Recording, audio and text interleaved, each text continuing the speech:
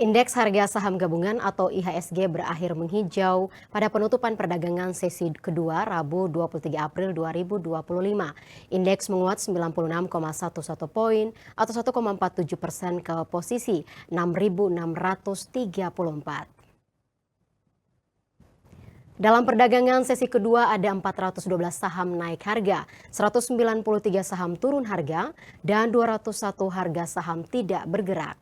Kemudian 9 indeks sektoral menguat dan 2 indeks sektoral lainnya tergelincir ke zona merah.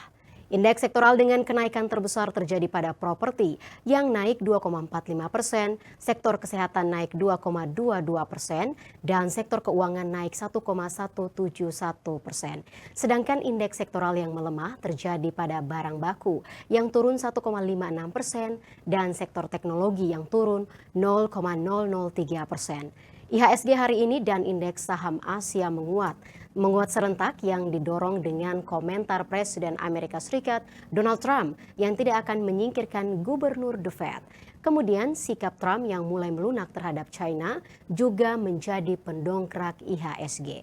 Lantas sejauh mana IHSG kita akan melanjutkan tren penguatan? Untuk membahasnya sudah bergabung bersama kami analis Lotus Andalan Sekuritas Muhammad Thorik Fadila. Selamat sore Pak Thorik. Selamat sore, Mbak. Ya, bagaimana kabar Anda, Pak? Alhamdulillah, selalu sehat dan semoga dalam kondisi profit ya. Baik, Pak. Ini kita langsung saja. Seperti apa Anda melihat rangkuman IHSG sepanjang Ya, hari ini yang kembali melanjutkan tren penguatan, Pak? ya, sebenarnya kalau kita lihat ya pergerakan IHSG hari ini itu cukup powerful ya. Terlihat pada hari ini IHSG sekarang sudah berada di level 6.634 setelah sebelumnya itu sejak awal Maret tahun 2025, mohon maaf, yang mana IHSG itu masih menguji level kisaran psikologis 5.800 sampai dengan 6.300. Namun pada hari ini 23 April tahun 2025 IHSG sudah menyentuh level 6.634 dengan mengalami penguatan sekitar 1,47%. Nah, kalau kita lihat secara tren penguatan IHSG hari ini memang didukung dari sisi global yang menunjukkan adanya tanda-tanda bisa dikatakan terjadinya negosiasi antara Amerika Serikat maupun dengan China. Nah, terlihat juga memang pada pernyataan dari Presiden Amerika Serikat Donald Trump itu juga menegaskan tidak akan memecat Gubernur The Fed yaitu Jerome Powell ya, bisa dikatakan juga yang sebelumnya itu terjadi gonjang-ganjing nih mengenai kritik dari Donald Trump terhadap Jerome Powell, namun Presiden Donald Trump itu menegaskan tidak akan memecat Jerome Powell. Bisa dikatakan Jerome Powell itu juga sangat berjasa, makanya ada kekhawatiran pemecatan itu membuat market global, terutama di indeks Wall Street itu mengalami pelemahan hingga 2%. Di sisi lain juga ada kabar pelunakan mengenai sikap Amerika Serikat terhadap China mengenai perang tarif yang sebelumnya para pelaku pasar bisa menilai bahwa perang tarif dagang antara Amerika Serikat maupun China itu sempat mencapai 245%. Namun memang ada tanda-tanda terjadinya pelunakan, makanya kenapa kita juga perlu melihat adanya mitigasi terhadap negosiasi antara Amerika Serikat dan China. Hal itu juga didukung oleh pernyataan dari Menteri Keuangan Amerika Serikat ya yang optimis juga terhadap ketegangan perang tarif ini mulai mereda. Nah, selanjutnya kalau kita lihat dari sisi saham-saham ataupun emiten-emiten yang mendorong pergerakan IHSG pada hari ini memang didominasi oleh saham-saham perbankan besar. BBRI mengalami penguatan hingga 3,5%, disusul juga dengan BMRI, BBCA, dan BBNI. Nah, untuk perihal dari perbankan besar, khususnya itu pada saham Himbara ya, saham-saham Bank Himbara, Himpunan Bank Rakyat, yang mana hari ini merupakan BBRI itu terjadinya payment date dividen ya, itu sebesar kurang lebih sekitar 27,68 triliun. Nah, lalu juga ini menjadi tanda-tanda bahwa mulainya operasi terhadap Badan Pengelola Investasi dan Antara, yang mana sebelumnya sudah dimention ataupun sudah dinyatakan oleh Menteri Keuangan sekaligus juga Menteri BUMN yaitu Erick Thohir yang menyatakan bahwa untuk memulai operasional Danantara itu menggunakan dividen dari BUMN, khususnya itu adalah dari bank-bank besar BUMN. Nah, BBRI sudah membagikan dividen, hari ini merupakan tanggal pembayaran yang disusul juga dengan nantinya Bank Mandiri, Bank BNI, hingga Bank BTN. Tentu itu juga menjadi sinyal yang kuat bahwa dimulainya operasional Badan Pengelola Investasi Danantara. Itu juga bisa dijadikan sebagai sentimen positif bagi para pelaku pasar. Kenapa?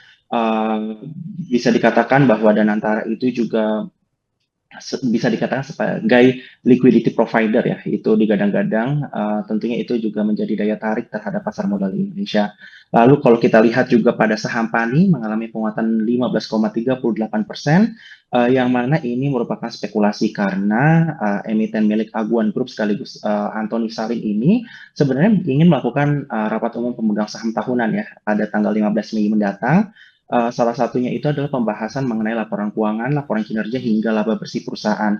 Walaupun bisa dikatakan ini juga menjadi spekulasi para pelaku pasar, sekiranya PANI ini akan membagikan dividen atau tidak. Tapi kalau kita lihat historical, PANI ini membagikan dividen Rp2 per lembar sahamnya, dengan price yang cukup besar dari saham PANI ini merupakan cukup kecil ya dividen yang akan dibagikan. Tapi kalau misalkan teman-teman itu melihatnya sebagai momentum dari sisi technical rebound, ini merupakan sentimen cukup positif. Kenapa? Karena pastinya para pelaku pasar tidak menginginkan dividen baik itu besar atau kecil, tapi melihat dari capital gain dari pergerakan sahamnya. Kurang lebih seperti itu untuk pergerakan hari ini. Oh ya, tambahan sedikit untuk saham-saham berbasis emas ini mengalami pelemahan ya, disusul juga dengan melemahnya harga emas yang sempat menyentuh level psikologis 3.500. Namun saat ini harga emas itu berada di kisaran 3.326, mengalami koreksi sekitar 0,71% secara weekly. Nah, ini juga tentunya koreksi ini didukung oleh pernyataan The Fed juga yang tadi saya sudah katakan, terjadinya pelunakan antara perang tarif Amerika Serikat maupun dengan China. Kurang lebih seperti itu. Ya, baik Pak Torik. Ini kita juga ketahui bersama bahwa IHSG hari ini dan indeks saham Asia itu serentak melejit, Ya, ditopang betul. dengan komentar Presiden Donald Trump, Ya, seperti yang tadi Anda katakan, ya. dan juga pernyataan Presiden Donald Trump yang tidak akan memecat Gubernur The Fed dan Amerika Serikat yang nampaknya mulai melunak terhadap China. Ini bagaimana pandangan Anda terhadap ini, Pak? Baik, kalau kita lihat, memang pernyataan Trump itu juga menjadi katalis yang cukup besar, sekaligus menjadi katalis positif, baik dari sisi bursa global, regional, maupun domestik. Kenapa? Karena kalau kita lihat historical secara ke belakang, sejak tanggal 2 April ya, itu bisa dikatakan market global, regional, hingga domestik itu terjadi gonjang-ganjing. Karena ketidakpastian mengenai perang tarif, ya meskipun sudah dinyatakan oleh Presiden terpilih Amerika Serikat Donald Trump, namun memang nampaknya terjadi penundaan selama 90 hari, lalu juga disusul dengan adanya tarif balasan antara Amerika Serikat dengan China. Itu juga menjadi katalis negatif terhadap pasar saham ya dari sisi global, regional, dan domestik. Namun terhadap pelunakan mengenai China, sekaligus juga pernyataan yang mengenai tidak akan memecat Gubernur The Fed yaitu Jerome Powell, ini juga menjadi katalis positif. Kenapa? Karena seperti yang tadi saya sudah sebutkan sebelumnya, itu bisa dikatakan Jerome Powell itu seperti bisa dikatakan seperti Menteri Keuangan ya, Ibu Sri Mulyani di Indonesia, yang mana jika ada desas-desus mengenai pemecatan, pasar ini bereaksi negatif. Kenapa? Jerome Powell ini sangat berjasa sekali terhadap perekonomian di Amerika Serikat, sekaligus juga memitigasi risiko terjadinya penurunan atau kenaikan tingkat suku bunga Amerika Serikat. Makanya kenapa bisa dikatakan para pelaku pasar sangat optimis sekali, sangat menyukai Jerome Powell, sehingga bisa dikatakan kalaupun jadinya nanti itu terjadi pemecatan terhadap Jerome Powell, pasar pastinya akan bereaksi negatif. Namun sudah dinyatakan oleh Donald Trump, ya tentunya ini menjadi katalis positif bagi para pelaku pasar, tentunya itu di pasar global. Sekaligus juga sinyal pelunakan terhadap perang tarif di China ini memberikan angin segar terhadap pasar yang bisa dikatakan itu sempat terjadi kekhawatiran ya selama 2 hingga 3 pekan ke belakang, termasuk juga terhadap IHSG. Lalu juga tadi saya sudah katakan di awal mengenai komentar dari Menteri Keuangan Amerika Serikat yaitu Scott Bessent, yang optimis terhadap ketegangan perdagangan ini tidak berlangsung lama. dan ini juga bisa dikatakan menjadi memperkuat sentimen positif. Terus juga harapannya itu akan tercapainya deeskalasi, membuat para pelaku pasar itu berani masuk kembali ke aset risiko seperti pasar saham dan bisa dikatakan mulai meninggalkan, dalam tanda kutip meninggalkan, aset lindung, bisa dikatakan lindung nilai seperti emas yang merupakan bisa dikatakan emas itu adalah aset yang safe haven ya. Dengan adanya ketidakpastian, tentunya aset-aset yang minim risiko seperti emas itu bisa dikatakan cenderung positif pergerakannya. Jadi kurang lebih seperti itu untuk pergerakan IHSG maupun dari bursa Asia. Ya, baik Pak Torik, terima kasih Ya, untuk waktu serta analisis yang sudah dibagikan kepada sahabat ya, kabar bursa pada sore hari ini. Sehat selalu ya Pak. siap. Terima kasih.